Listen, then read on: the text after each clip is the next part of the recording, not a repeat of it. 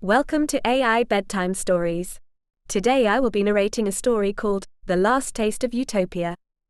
If you like these bedtime stories, please feel free to leave a comment. The story begins now. In a world where the sky was shrouded in grey and the streets echoed with the hollow steps of the despondent, there was a city called Shanta. It was a place that once shimmered with life but now lay under the heavy veil of dystopia. In this world of faded dreams, there lived a man named Perun Jézabel, a rebel with a cause, a man who remembered the taste of freedom. Shanta was a city that had lost its flavor, both literally and metaphorically.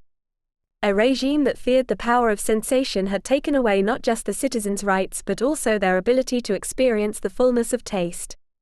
The city's food was now nothing but sustenance, devoid of flavor, a symbol of the people's muted lives. Perun, a chef before the regime's rise, remembered the days when food was an art, an expression of culture and joy.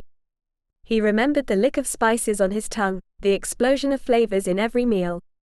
His memory was a dangerous thing, a flicker of rebellion in the oppressive gloom of Shanta.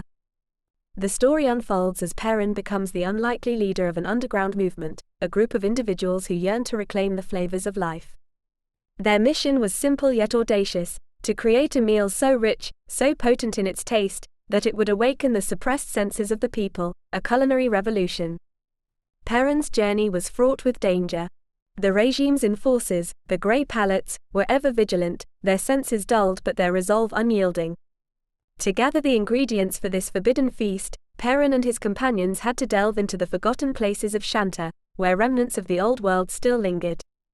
Each ingredient was a piece of history, a fragment of a world that refused to fade. There was the basil from the old garden, the last green in a sea of grey, the chili from the hidden market of whispers, and the salt from the tears of those who remembered. As the day of the feast approached, the tension in Shanta reached its peak. The grey palates tightened their grip, sensing the stirrings of rebellion. But the people of Shanta, their spirits long crushed, began to feel a flicker of hope, a yearning for the forgotten joy of taste. The climax of the story was the night of the feast, a covert gathering of souls in the shadowed ruins of the old city. As Perun unveiled the meal, a symphony of scents and colors in a world of grey, the air was thick with anticipation. The first bite was a revelation. It was not just a meal, but a manifesto, a defiance in the face of tyranny. The flavors, so long suppressed, ignited a fire in the hearts of the diners. The feast became a symbol of resistance, a call to reclaim not just the taste but also the very essence of life. In the end, The Last Taste of Utopia was more than a story of a dystopian world, it was a tale of resilience and the indomitable human spirit. Perun's quest, though fraught with peril, rekindled a sense of identity and hope among the people of Shanta. The taste of freedom, once experienced, could never be forgotten. As the story closes, we find Perun and his fellow rebels not as outcasts, but as heralds of change. Their feast in the shadows sparked a revolution, not just of the palate, but of the soul. In a world that tried to strip away all that was flavorful and vivid, they reminded everyone that the essence of life was too potent to be suppressed.